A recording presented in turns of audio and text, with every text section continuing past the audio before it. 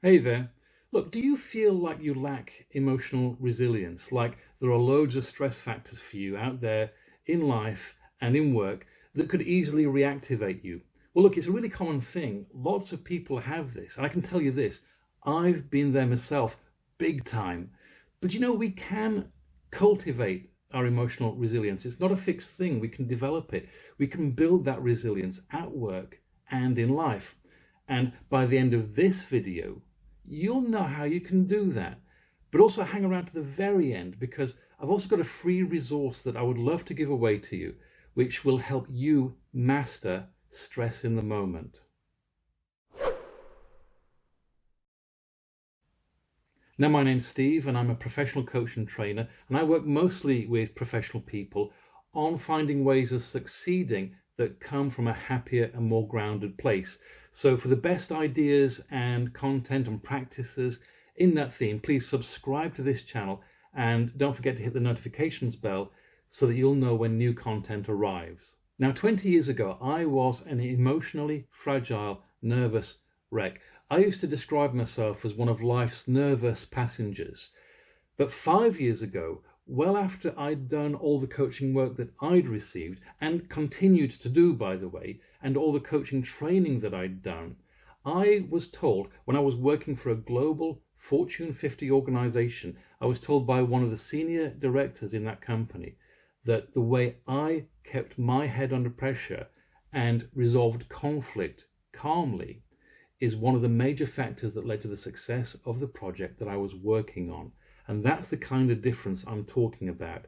So that turnaround was created by some of the things that I'm going to be sharing here. And it's all about cultivating groundedness. I've talked about groundedness before. It's that peaceful balance of mind and emotion, a clarifying balance that is retained under pressure. Now, tip number one is to be like water. This is a famous Bruce Lee quote. He used to say, be like water. Now, words themselves can be misleading, and the word resilience, when we talk about emotional resilience, often conjures up in people images of rigidity, of strength, of muscularity, if you like, of being bigger and more forceful. But it really isn't that. Now, when Bruce Lee talked about being like water, well, in a way, in its own way, water is more resilient than rock, because it's not harder than rock, no, but you can't break it. And it flows around rock, it flows into the gaps, it flows through blockages. So water also, indeed, erodes rock in the end. Now, of course, I'm speaking metaphorically here, but the thing about metaphors is that they often communicate ideas that are difficult to communicate in literal language. They often communicate a way of being that you can't really convey in stepwise instructions. And be like water is one of those metaphors. But what does it mean in practice? It means simply seeing the rocks that you encounter in the work that you do and the life you do as something to flow around, something to not be broken by, to be flexible, to be fluid. In other words, know where you're going. And by the way, this will link into tip 5 that I'm going to come to later on in this video. Know where you're going and keep finding the fluid way of moving towards it without getting engaged with the rigidness of the rock. Now, tip number 2 is to engage in emotional self-care. Now, groundedness is something we are all able to access. We all have that capacity. But the ease with which we access it and the consistency with which we access it, and indeed the depth to which we can access it, is a variable that depends very much on how much nurturing we've done. And that nurturing is emotional self-care.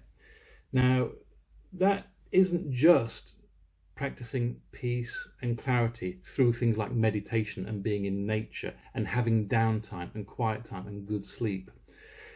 It's also about coming to appreciate the incredible capacity all human beings have to overcome adversity and take great opportunities.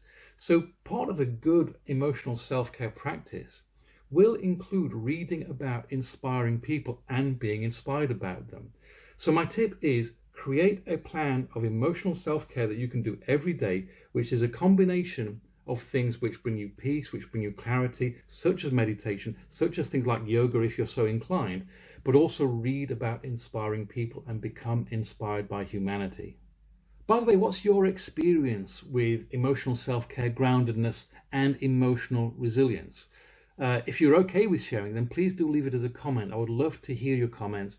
I will read every comment that you post and I'll reply to as many as I can. Now, tip number 3 is to practice accessing your groundedness. Self-care is the enabler. Do your self-care plan, enable yourself, but start practicing accessing your groundedness in the times that you need it.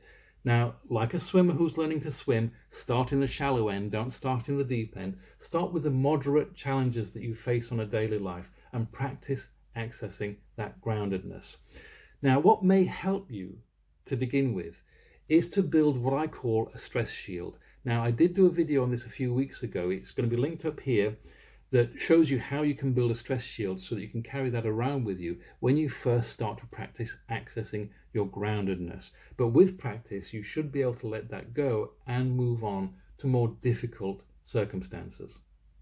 Now, tip 4 is to practice this with patience and self-compassion. You'll hear me say this a lot.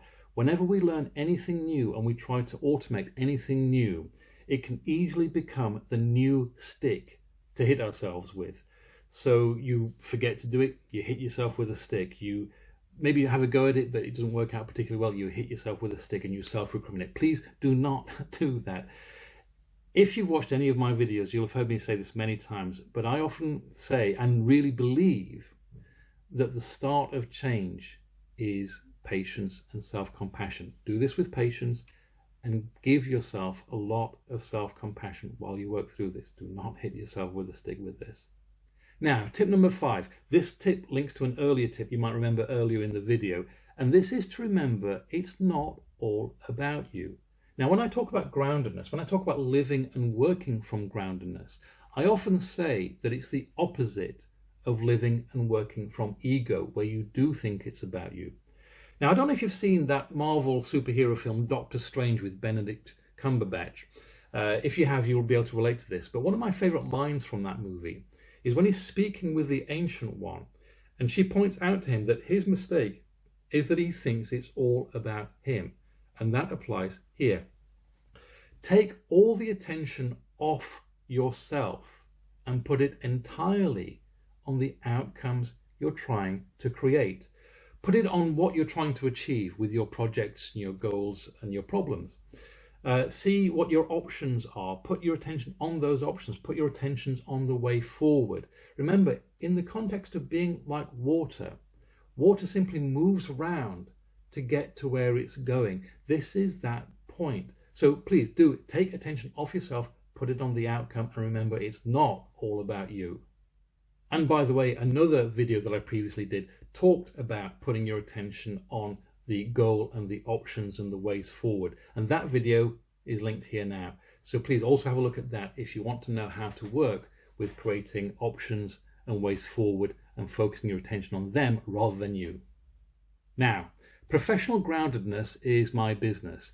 And if you'd love to explore how you can develop your professional groundedness and develop your emotional resilience, then please do get in touch. Let's talk to each other about how we could possibly work together on this. But for now, please do like the video if you did like it, if you did find it useful.